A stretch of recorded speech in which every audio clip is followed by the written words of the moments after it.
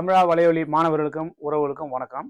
நம்மளுடைய இலக்கண வகுப்பில் வந்து இங்கிலீஷ் கிராமரில் இது வரைக்கும் என்ன பார்த்துருக்கோம்னா, பார்ட்ஸ் ஆஃப் ஸ்பீச் நிறையா பார்த்துருக்கோம். அதில் வந்து நவுனு, அப்புறம் ப்ரோனவுனு, வேர்பு, அட்வெர்பு, அட்ஜெக்டிவ், டிட்டர்மினேட்ஸ் பார்த்துட்டோம். இப்போ 7வது டாப்பிக்காக நம்ம என்ன பார்க்க போகிறோம்னா ப்ரிப்போசிஷன்.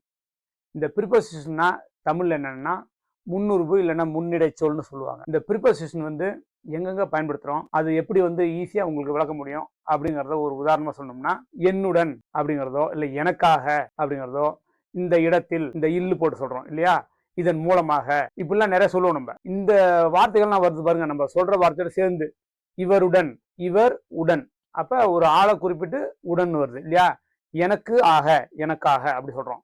இதே மாதிரி சிம்பிளாக சொல்கிறது தான் வந்து ப்ரிப்போசிஷன்ஸ். இதுக்கு உள்ள என்ன வரைமுறைகள், என்னென்ன ரூல்ஸ் நம்ம பயன்படுத்துகிறோம் அப்படிங்கிறத உங்களுக்கு எளிமையாக சொல்லிடலாம். அப்போ நீங்கள் வகுப்பு போகலாமா? மறந்துடாமல் வகுப்பு முடிஞ்ச உடனே அந்த சப்ஸ்கிரைப் பட்டனை வந்து ப்ரெஸ் பண்ணி விட்டிங்கன்னா நானும் உங்களுக்கு உதவுறதுக்கு அது ரொம்ப ஹெல்ப்ஃபாக இருக்கும். சரிங்களா? சரி, உள்ளே போகலாம். நம்ம வந்து இந்த ப்ரிப்போசிஷன் எங்கே பயன்படுத்துகிறோம்னா, linking noun or pronoun to the other words. அப்போ இந்த ப்ரோனவுன் நவுனோட சேர்த்து ஒரு இணைப்பு சொல் மாதிரி பண்றோம். அதுதான் வந்து முன் இடைச்சொல்னு சொல்றாங்க. அங்க வந்து எங்கெங்கெல்லாம் வந்து இது எதெல்லாம் ரிலேட் பண்ணி நம்ம சொல்ல போறோம், எந்தெந்த இடத்துல ப்ரிப்போசிஷனை யூஸ் பண்ணலாம் அப்படிங்கிறத பார்த்தோம்னா, முதல்ல நேரம், டைம் பொறுத்து இருக்கு. அந்த டைம்னா என்ன, இப்போ ஒருத்தர் நீங்க சொல்லுங்க, அவர் 10 மணி வரைக்கும் இருப்பாரு, இல்ல 10 மணிக்கு தான் வருவாரு, 10 மணி வரை இருப்பாரு, 10 மணிக்கு தான் இருப்பாருன்னு சொல்றோம். அப்ப வரைன்னா அன்டில்னு அர்த்தம். அப்ப அட்டுன்னா அந்த நேரத்தில் அர்த்தம். சரிங்களா? அப்ப they will be here at 10 o'clock. இந்த 10 o'clockங்கிறது உங்களுக்கு பாத்துங்க, இது வந்து நவுன்ல வந்துடும். சரிங்களா? அப்ப அதுக்கு முன்னாடி வர்றது அட். இப்ப நடுவில் ஒரு சின்ன விஷயத்தை உங்களுக்கு சொல்லணும். ஏன்னா இந்த ப்ரிப்போசிஷன்ங்கிறது ஆங்கிலத்தில் தான் வந்து ப்ரிப்போசிஷன், ஆனா தமிழ்ல போஸ்ட் பொசிஷன். சரிங்களா? Position pre. அப்ப ப்ரீ பொசிஷனா, ப்ரீனா முன்னாடி, முன்னாடி வருது. இதே தமிழ்ல பார்த்தோம்னா இது வந்து என்ன பண்ணும், போஸ்ட் பொசிஷன் வந்துடும். ஏன்னு சொன்ன கேட்டோம்னா, எனக்காக, எனக்குன்னு சொல்லிட்டு ஆகன்னு சொல்றோம். இப்ப நம்ம நேரத்தை பத்தி பார்த்தோமா, அடுத்தது வந்து இடத்தை பொறுத்து பார்க்கணும். இடம் இல்ல லொகேஷன் சொல்லலாம், பிளேஸ் ஆர் லொகேஷன் சொல்லலாம்.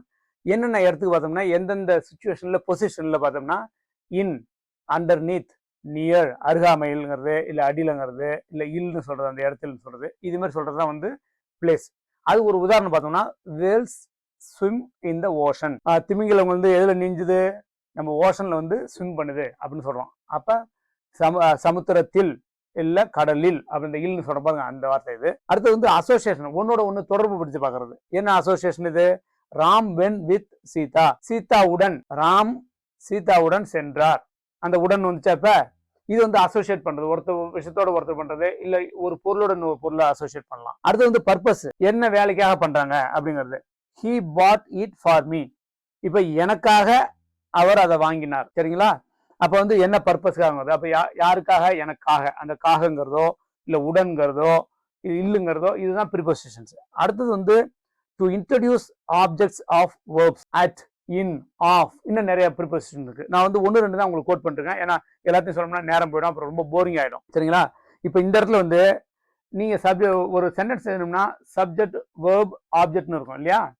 அந்த ஆப்ஜெக்ட்ங்கிறது என்னன்னா, பெரும்பாலும் இந்த இடத்துல ஒரு சொல்லிடுறேன், சப்ஜெக்ட்ங்கிறது எது அல்லது யார். அப்படி கேள்வி கேட்டீங்கன்னா அதுக்கு என்ன பதிலோ அதான் சப்ஜெக்ட். இந்த ஆப்ஜெக்ட்ங்கிறது கடைசியில் வருது, ஒரு சென்டென்ஸ்ல, சிம்பிள் சென்டென்ஸ்ல கடைசியில் வருது. அந்த ஆப்ஜெக்ட்ங்கிறது எதை அல்லது யாரை அப்படி குறிப்பிடணும். அப்படி குறிப்பிட்டாதான் அதுக்கு பேர் வந்து ஆப்ஜெக்ட். இப்ப இந்த உதாரணத்தை நீங்க பாத்தீங்கன்னா, ராகுல் லுக்ட் அட் மீ. ராகுல் பார்த்தார் யாரை? என்னை. ராகுல் என்னை பார்த்தார். அப்ப அந்த என்னைங்கிறது தான் எதை யாருன்னு சொன்னோம்ல, அந்த என்னைங்கிறது தான் ஆப்ஜெக்ட். அதே மாதிரி he laughed at me, என்னை பார்த்து சிரித்தார் ராகுல். சரிங்களா?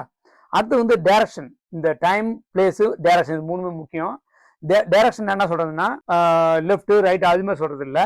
இங்க வந்து நீ முன்னாடி போ, நான் பின்னாடி வந்துட்டு இருக்காங்கிறதோ, இல்ல அவருக்கு அடுத்தாப்புல போ, இடிச்சுட்டே போவாத அப்படின்னு சொல்றதோ, இல்ல குறுக்கு நெருக்கமா ஓடாத, இது மாதிரிலாம் சொல்லுவோம். இதெல்லாம் ப்ரிப்போசிஷன் தான் வருது. அப்ப இந்த வார்த்தைகள்லாம் நீங்க வந்து ஈஸியா புரிஞ்சுக்கிட்டீங்கன்னா உங்களுக்கு இந்த ப்ரிப்போசிஷன்ங்கிறது என்ன, எங்க பயன்படுத்துறோம் அப்படிங்கிறது ரொம்ப எளிமையா தெரியும். இது இல்லாம இதுக்குன்னு சில ரெகுலேஷன்ஸ் இருக்கு. என்ன ரெகுலேஷன்ங்கிறத நம்ம இப்ப பார்க்க போறோம்.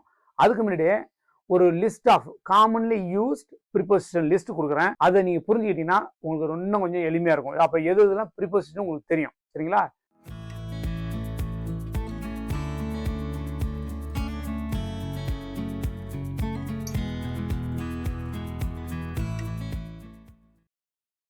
முக்கியமா ப்ரிப்போசிஷன் யூஸ் பண்ணும்போது அந்த ரூல்ஸ் என்னன்னு சொல்ல வந்தான்ல, அதை நீங்க பாத்தீங்கன்னா இன்னும் நல்லது. இப்போ இதுல என்னென்ன ரூல்ஸ்னு பாருங்க.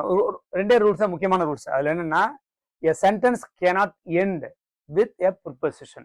அப்ப ஒரு வாக்கியம் வந்து கடைசியில வந்து நீங்க ப்ரிபோசிஷன் போடக்கூடாது. நல்லா ஞாபகம் வச்சுங்க. அதுக்கு உதாரணத்தை பார்த்தோம்னா what time does the movie start at, அந்த அட் வந்து கடைசியில் நீங்க போடக்கூடாது. அதுதான் தப்பு. இது எப்படி எழுதணும்னா at what time does the movie start question mark. சரிங்களா? இது இப்போ வந்து இப்போ உங்களுக்கு புரிஞ்சுச்சா? அப்ப கடைசியில வந்து எந்த காரணத்தை கூட கடைசியில போட்டு ப்ரிபோசிஷன் போட்டுறாதீங்க. அடுத்தது வந்து ரெண்டாவது வந்து two not capitalise preposition. Preposition வந்து நம்ம கேபிட்டலைஸ் பண்ணக்கூடாது அப்படின்னு சொன்னா அது உண்மையா? உண்மை. அதே சமயத்தில் இல்லை. என்ன உண்மைன்னா 4 எழுத்துமோ அதுக்கு கம்மியா ப்ரிபோசிஷன் வந்ததுன்னா நீங்க கேபிட்டலைஸ் பண்ணவே கூடாது. புரியுங்களா?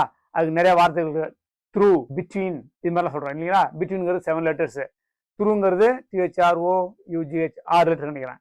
இப்போ இது மாதிரி வரும்போது 4 எழுத்துக்கு மேல வந்ததுன்னா நீங்க அதை கேபிட்டலைஸ் பண்ணணும். எங்க பண்ணணும்னா சாதாரண வாக்கியங்களை பண்ணாதீங்க.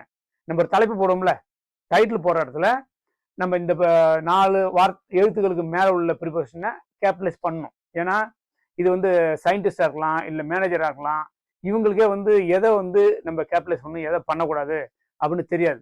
அதே மாதிரி நம்ம இன்னொரு இது இருக்கு, அதுவும் பண்ணக்கூடாது. எதுனா கன்ஜங்ஷன் இருக்குல்ல, அண்ட் அப்புறம் சில வார்த்தைகள் வந்து பட் இது மாதிரிலாம் போடுவோம், அதையும் வந்து நம்ம கேபிட்டலைஸ் பண்ணக்கூடாது. சரிங்களா? மூணாவது எதை கேபிட்டலைஸ் பண்ணணும்னா ஆர்டிகிள்ஸ் இருக்குல்ல, அ அண்ட் தி, இது 3 இருக்குல்ல, இது 3மே நம்ம வந்து பண்ணக்கூடாது. அப்ப ஆனா எங்க பண்ணலாம் அப்படின்னா நீங்க வந்து ஒரு வாக்கியத்துல முதல் வார்த்தை வந்ததுன்னா ஆங்கிலத்தில் வந்து சென்டென்ஸ் வந்து ஃபார்ம் பண்றது எப்படின்னா முதல் எழுத்து அவசியம் அப்பர் கேஸ்ல இருக்கணும், அப்புறம் கேபிட்டல் இருக்கணும். அங்க வந்து நீங்க அவாய்ட் பண்ண முடியாது. நான் சொல்றது உள்ளுக்குள்ள சென்டென்ஸ்ல, அதுவும் டைட்டில் தான் நான் சொல்றேன். புக் ஆஃப் கலர்ஸ் அப்படின்னு சொல்லும் போது நமக்கு ஸ்மால் லெட்டர் தான் போடுறோம். இங்க ஆன் த ஃபீல்டுங்கும் போது ஃபர்ஸ்ட் வார்த்தையை வரதுட்டு ஓவுக்கு வந்து அப்பர் கேஸ் போடுறோம். இதை ஞாபகம் வச்சுங்க. அப்ப என்னன்னா 4 எழுத்துக்கும் கம்மியா உள்ள ப்ரிபோசிஷன்ஸ் வேர்ட்ஸ் இருக்குல்ல, அதை வந்து டைட்டிலே இருந்தாலும் நீங்க அப்பர் கேஸ் போடக்கூடாது. இது நல்லா ஞாபகம் வச்சுங்க.